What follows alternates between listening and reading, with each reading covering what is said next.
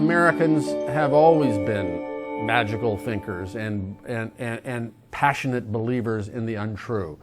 We were started by the Puritans in New England, who wanted to create and did create a Christian utopia and theocracy as they waited for the imminent second coming of Christ and the end of days. And in the South, by a bunch of people who were convinced, absolutely convinced, that this place they'd never been was full of gold just to be plucked from the dirt in Virginia. And they stayed there looking and hoping for gold for 20 years before they finally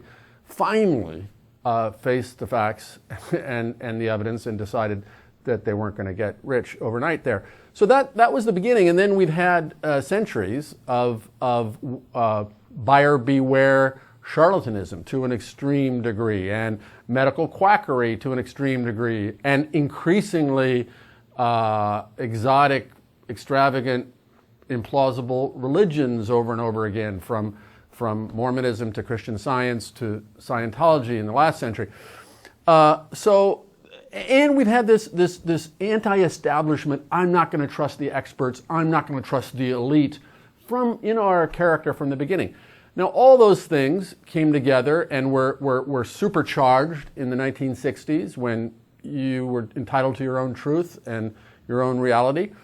Then a generation later, when the internet came along, giving each of those realities, no matter how false or magical or nutty they are, their own kind of media infrastructure. We had entertainment, again, for our whole last couple hundred years, but especially in the last 50 years, permeating all the rest of life, including presidential politics, from John F. Kennedy through Ronald Reagan to Bill Clinton. So the thing was set up for Donald Trump to exploit all these various American threads and astonishingly become president. But then you look at this history and it's like, no, we should have seen this coming. The idea of America from the beginning was that you could come here, reinvent yourself, be anybody you want, live any way you wanted, believe anything you wanted. Until, for the first few hundred years, like everywhere else in the world, celebrity and fame were a result of some kind of accomplishment or achievement. Sometimes not a great accomplishment or achievement, but you did something in the world to earn renown. America really was the key place that invented the modern celebrity culture, which was, beginning a century ago, more and more not necessarily about having won a war or led a people or written a great book or painted a great painting, but about being famous, fame for its own sake. We created that. We created Hollywood. We created the whole culture industry, and that then became what I call the fantasy industrial complex, where certainly in the last few decades, more than ever, more than anybody thought possible before, fame itself, however you got it, was a primary goal for people. And again, as so many of the things I talk about in Fantasyland, more, not uniquely to America, but more here than anywhere.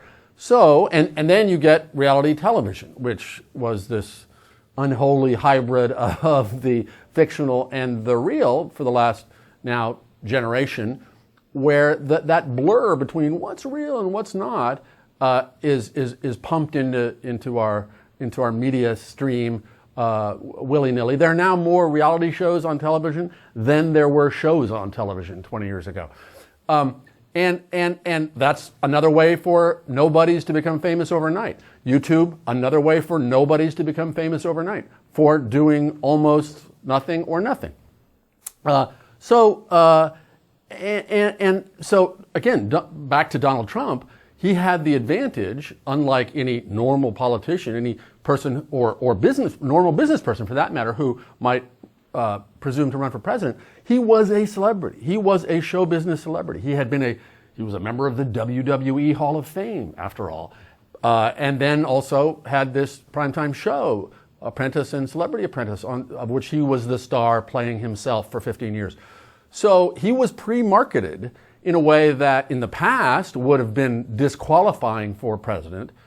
Yes, we elected a former actor, governor of California, and president of the United States, but not all at once, and only 20 years essentially in Ronald Reagan's case after he gave up his Hollywood career.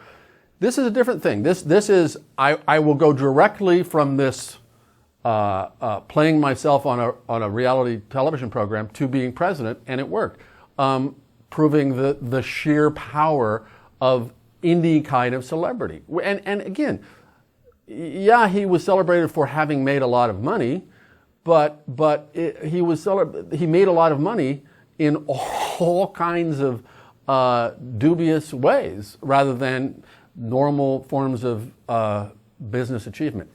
But he's famous. He's a star. He was a star. And that's why he won the nomination, and that's why he became president. Like all humans, Americans suffer from what's called confirmation bias, which is, oh, I believe this. I will look for facts or pseudo-facts or fictions that confirm my pre-existing beliefs. Americans, long before psychologists invented that phrase, confirmation bias, had that tendency. Again, at the very beginning. I've never been to the New World. Nobody I know has been to the New World. I've never really read any firsthand accounts of the New World, but I'm going to give up my life and go there because it's going to be awesome and perfect. And I'm going to get rich overnight and or create a Christian utopia. So we began that way, and that has kept up. I just want to believe what I want to believe, and I'm not going to let, and don't let your lying eyes tell you anything different. And again, that was always there in the American DNA, but kept in check by the needs of survival, by reality checks of various kinds. In this softer age, where most people, aren't going to probably die tomorrow as a result of believing fantasies and untruths, we became freer to believe them. So believing whatever nutty thing you want to believe, or pretending you are whatever you are, or having even kooky conspiracy theories, or speaking in tongues, whatever it is, fine, as long if it's private. The problem is when that, as it has in the last couple of decades especially, leached into the public sphere and the policy sphere, and like, nah, there's no global warming. We don't have to worry about the seas rising, or nah, scientists say that vaccines are safe, but I think they cause autism, so I'm not going to vaccinate my children, and so on, and so on, and so on. That's when the rubber hits the road, will hit the road, and people will start saying, wait a minute. Not until then. Not until there's a consequence, and not until there's a price to pay. And not until the Donald Trumpian fantasies, for instance, the more short-term ones of, oh, I'm going to make every dream come true that you've ever had for your country. Actually, one of his promises during the campaign. Or I'm going to create a healthcare system that is better and cheaper and will cover everyone. Well, that's probably not going to happen. And so once these fantasies are taken into the public sphere and the political sphere, and really in the short term turn out to be fantasies and falsehoods, that will persuade some people, but not everybody. I mean, according to a recent survey, 98% of the voters who voted for Donald Trump in the primaries, which is to say his real base, 98% of them in late 2017 still absolutely supported it. So I don't think that's going to fall a lot. Those are true believers. Back in the 1800s, back before the 20th century, especially in the 1800s, American journalism was a very, very factionalized, partisan thing. Political parties had their own newspapers and their own magazines, and every one gave its version of political spin and interpretation. 20th century, for a variety of reasons, not just because we got smarter or more rational, maybe somewhat that, there began being more of a shared set of facts in our media. People disagreed violently, left, right, center, whatever, but the facts were agreed upon.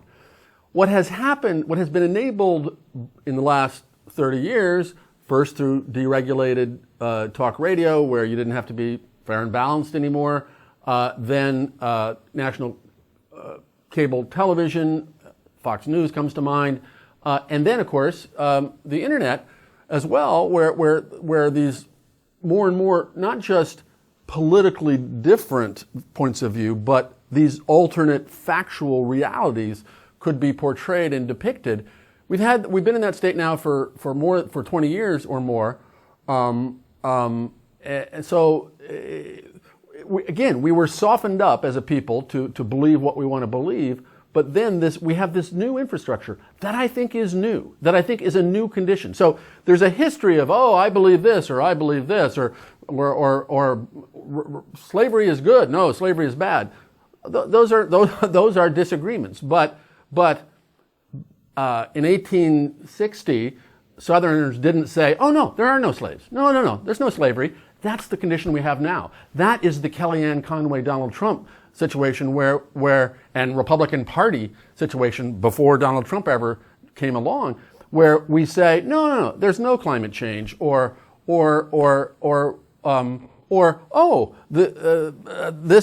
this factual truth is not true.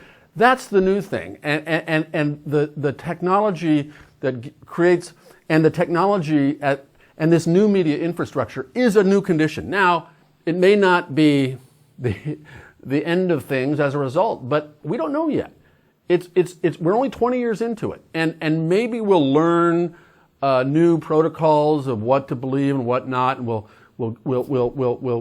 grow up and be able to learn accommodate ourselves to this new media situation. But I'm worried that we won't, and I'm worried that a significant fraction of us, for now mostly on the right, but there's no reason it should be limited to the right, will be in their bubble and their silo and with their own reality and not be able to be retrieved into the reality-based world.